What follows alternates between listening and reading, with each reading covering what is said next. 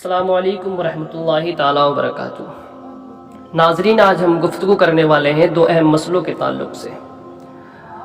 مسئلہ بیان کرنے سے پہلے آپ لوگوں سے ایک چھوٹی سی گزارش ہے کہ اگر آپ ہمارے اس چینل پر نئے ہیں تو چینل کو سبسکرائب کر لیں اور ساتھ ہی میں بیل آئیکن کو دبا لیں تاکہ آنے والی نوٹیفیکیشن آپ تک پہنچتی رہے۔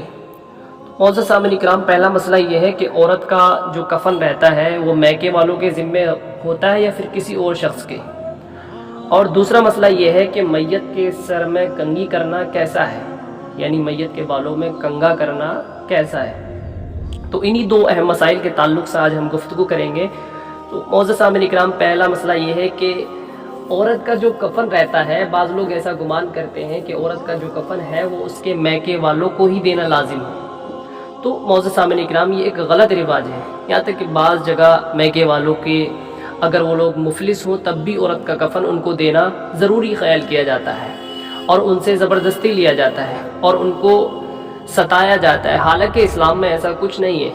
مسئلہ یہ ہے کہ میت کا کفن اگر میت نے مال چھوڑا ہو تو اسی کے مال میں سے دے دیا جائے، اور اس نے کچھ مال نہ چھوڑا ہو تو زندگی میں جس کے ساتھ اس کا نان و نفقہ تھا وہ کفن دے۔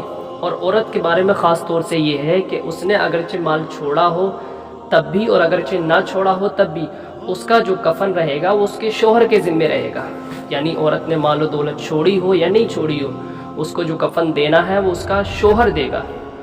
خلاصہ یہ ہے کہ عورت کا کفن میکے والوں کے ذمہ ہی لازم خیال کرنا اور بہرحال ان سے دلوانا یہ ایک غلط رواج ہے جس کو ہمیں مٹانا بہت ضروری ہے۔ ناظرین، یہ ایک مسئلہ ہو گیا۔ دوسرا مسئلہ یہ ہے کہ میت کے سر میں کنگھی کرنا کیسا ہے۔ معزز سامعین کرام، بعض جگہ میت کو غسل دینے کے بعد تجہیز و تکفین کے وقت اس کے بالوں میں کنگھی کرنے لگتے ہیں، اور یہ ممنوع طریقہ ہے۔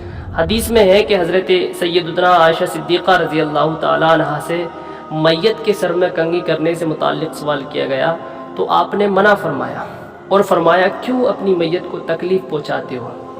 تو معزز سامعین کرام، ان مسائل سے ہمیں یہ سبق ملتا ہے، اولاً تو کہ عورت کا کفن عورت کے میکے والوں کے ذمے ضروری نہیں ہے، اور دوسرا یہ کہ میت کے سر میں کنگھی کرنا ممنوع ہے، یعنی ان تمام افعال سے ہمیں بچنا چاہیے۔